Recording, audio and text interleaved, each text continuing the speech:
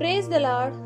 ದೇವರ ಒಳ್ಳೆಯ ಮತ್ತು ಪ್ರೀತಿಯ ಸೃಷ್ಟಿಯಾದ ನನ್ನ ಸಹೋದರ ಸಹೋದರಿಯರೇ, ನಿಮ್ಮೆಲ್ಲರಿಗೂ ನಮ್ಮ ರಕ್ಷಕನಾದ ಯೇಸು ಕ್ರಿಸ್ತನ ಹೆಸರಿನಲ್ಲಿ ವಂದನೆ ಹಾಗೂ ಈ ದಿನದ ವಾಕ್ಯ ಧ್ಯಾನಕ್ಕಾಗಿ ಸ್ವಾಗತ.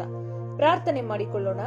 ಪರಿಶುದ್ಧನಾದ ಪರಲೋಕದ ತಂದೆಯೇ, ಸರ್ವ ಸೃಷ್ಟಿಕರ್ತನೇ, ನಿಮ್ಮ ಪರಿಶುದ್ಧ ನಾಮಕ್ಕೆ ಸ್ತೋತ್ರವಾಗಲಿ. ಅಪ್ಪ, ಈ ದಿನದ ವಾಕ್ಯ ಭಾಗದಲ್ಲಿ ನಮ್ಮ ಜೊತೆಯಲ್ಲಿದ್ದು ಸತ್ಯದ ಆತ್ಮನ ಮುಖಾಂತರ ನಮ್ಮೆಲ್ಲರೊಟ್ಟಿಗೆ ಮಾತನಾಡಿ ನಿಮ್ಮ ಚಿತ್ತದಂತೆ ನಮ್ಮನ್ನು ನಡೆಸಬೇಕಾಗಿ ಯೇಸುವಿನ ಹೆಸರಿನಲ್ಲಿ ಬೇಡಿ ಹೊಂದಿದ್ದೇವೆ ನಮ್ಮ ತಂದೆಯೇ, ಆಮೆನ್. ಕರ್ತನಲ್ಲಿ ಪ್ರಿಯರೇ, ಇಂದಿನ ವಾಕ್ಯ ಸಂದೇಶ ಕೆಟ್ಟು ಹೋಗುವ ಆಹಾರಕ್ಕಾಗಿ ದುಡಿಯಬೇಡಿರಿ. ಪ್ರಿಯರೇ, ಈ ವಾಕ್ಯವನ್ನು ಅಥವಾ ಈ ಮಾತನ್ನು ಯೇಸು ಸ್ವಾಮಿ ತಾನೇ ಹೇಳಿದ್ದಾರೆ. ಈ ವಾಕ್ಯವನ್ನು ಯೋಹಾನನು ಬರೆದ ಸುವಾರ್ತೆ 6ನೇ ಅಧ್ಯಾಯ 27ನೇ ವಚನದಲ್ಲಿ ನಾವು ಕಾಣಬಹುದು. ದುಡಿಯಿರಿ, ಕೆಟ್ಟು ಹೋಗುವ ಆಹಾರಕ್ಕಾಗಿ ದುಡಿಯಬೇಡಿರಿ. ಈ ವಾಕ್ಯವನ್ನು ಓದಿದ ಅನೇಕರಿಗೆ ಅನೇಕ ಪ್ರಶ್ನೆಗಳು ಹುಟ್ಟಬಹುದು. ಉದಾಹರಣೆಗೆ, ನಾವೆಲ್ಲರೂ ದುಡಿಯುವುದು ಹೊಟ್ಟೆಗಾಗಿ ಮತ್ತು ಬಟ್ಟೆಗಾಗಿ.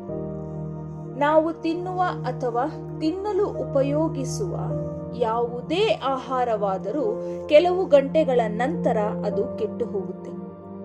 ಒಂದು ವೇಳೆ ಫ್ರಿಡ್ಜ್ ನಲ್ಲಿ ಇಟ್ರೆ ಕೆಲವು ಕಾಲ ಬರುತ್ತೆ. ಅದನ್ನು ಬಿಟ್ರೆ ಕೆಡದೇ ಇರುವಂತ ಆಹಾರ ಯಾವುದು, ಎಲ್ಲಿ ಸಿಗುತ್ತೆ ಎಂಬ ಆಲೋಚನೆ ಬರುತ್ತೆ ಅಥವಾ ಬರಬಹುದು. ಯಾವ ಆಹಾರದ ಕುರಿತು ಯೇಸು ಸ್ವಾಮಿ ಈ ವಾಕ್ಯವನ್ನು ಹೇಳುತ್ತಿದ್ದಾರೆ?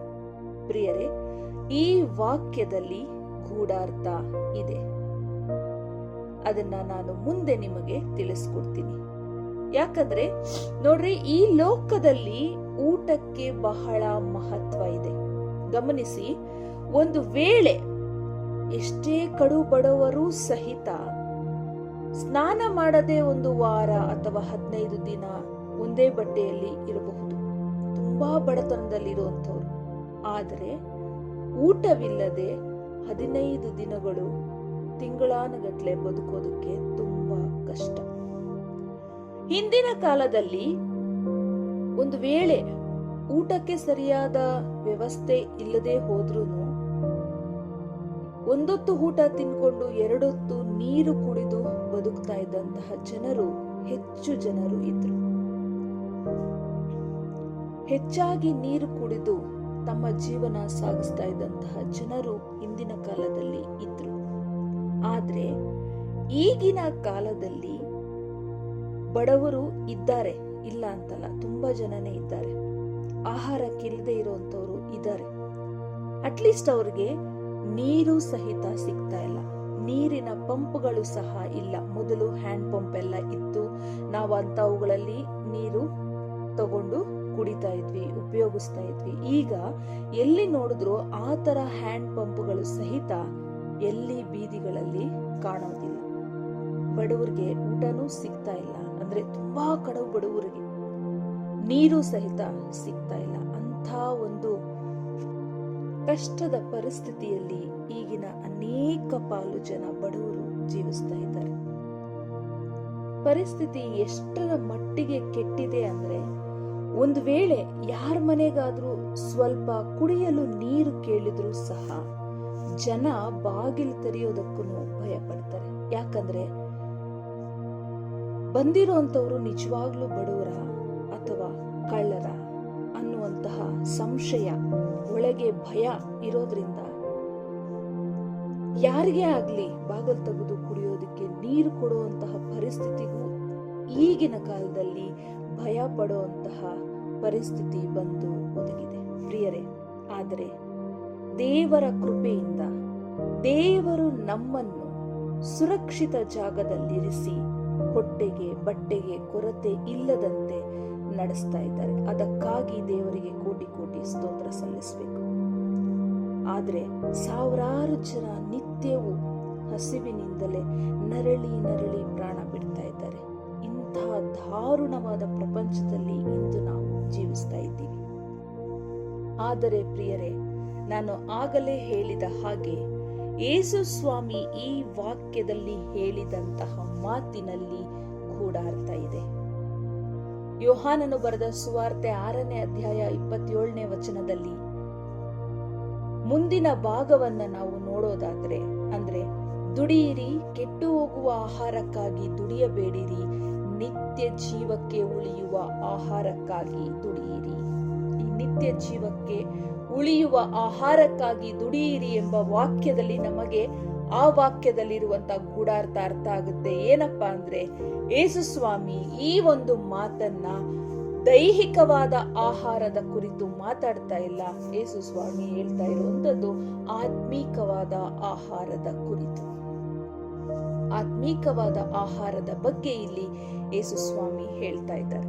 ನೋಡ್ರಿ, ಮತ್ತಾಯನು ಬರೆದ ಸುವಾರ್ತೆ 6ನೇ ಅಧ್ಯಾಯ 31ನೇ ವಚನದಲ್ಲಿ ಈ ರೀತಿಯಾಗಿ ಬರೆಯಲ್ಪಟ್ಟಿದೆ, ಹೀಗಿರುವುದರಿಂದ ಏನು ಊಟ ಮಾಡಬೇಕು, ಏನು ಕುಡಿಯಬೇಕು, ಏನು ಹೊದ್ದುಕೊಳ್ಳಬೇಕು ಎಂದು ಚಿಂತೆ ಮಾಡಬೇಡಿರಿ, ಇವುಗಳಿಗಾಗಿ ಅಜ್ಞಾನಿಗಳು ತವಕ ಪಡುತ್ತಾರೆ.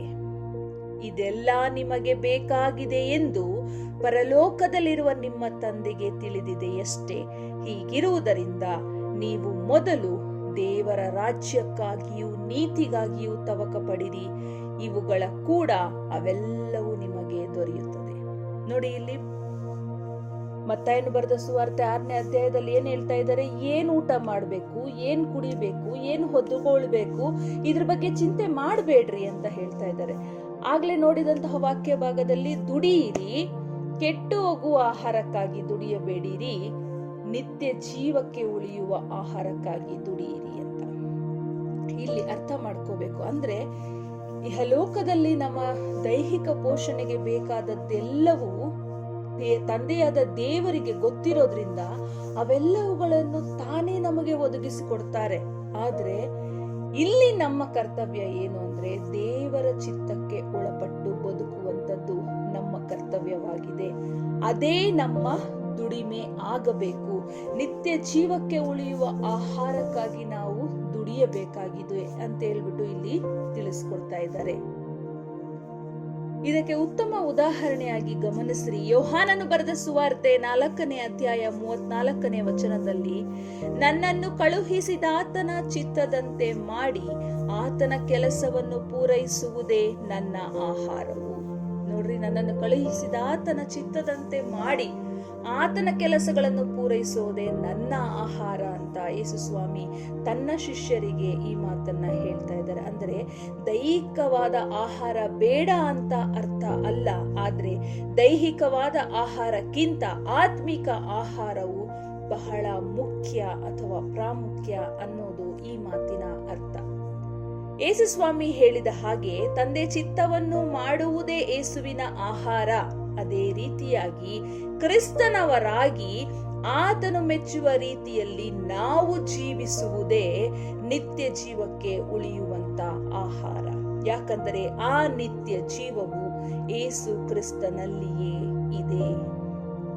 ನೋಡ್ರಿ, ಯೋಹಾನನು ಬರೆದ ಸುವಾರ್ತೆ 17ನೇ ಅಧ್ಯಾಯ 3ನೇ ವಚನದಲ್ಲಿ ಈ ರೀತಿಯಾಗಿ ಬರೆಯಲ್ಪಟ್ಟಿದೆ, ಒಬ್ಬನೇ ಸತ್ಯ ದೇವರಾಗಿರುವ ನಿನ್ನನ್ನು ನೀನು ಕಳುಹಿಸಿಕೊಟ್ಟ ಯೇಸು ಕ್ರಿಸ್ತನನ್ನು ತಿಳಿಯುವುದೇ ನಿತ್ಯ ಜೀವವು ಅಂತ ಯೇಸು ಸ್ವಾಮಿ ತಾನು ತಂದೆಗೆ ಮಾಡುತ್ತಿರುವ ಪ್ರಾರ್ಥನೆಯಲ್ಲಿ ಹೇಳಿದ್ದಾರೆ. ಒಬ್ಬನೇ ದೇವರಾಗಿರುವ ನಿನ್ನನ್ನು ನೀನು ಕಳುಹಿಸಿಕೊಟ್ಟ ಯೇಸು ಕ್ರಿಸ್ತನನ್ನು ತಿಳಿಯುವುದೇ ನಿತ್ಯ ಜೀವವು. ಪ್ರಿಯರೇ, ತಂದೆಯ ಚಿತ್ತದಂತೆ ನಡೆಯುವುದೇ ನಿತ್ಯ ಜೀವಕ್ಕೆ ನಮಗೆ ಉಳಿಯುವ ಆಹಾರವಾಗಿದೆ.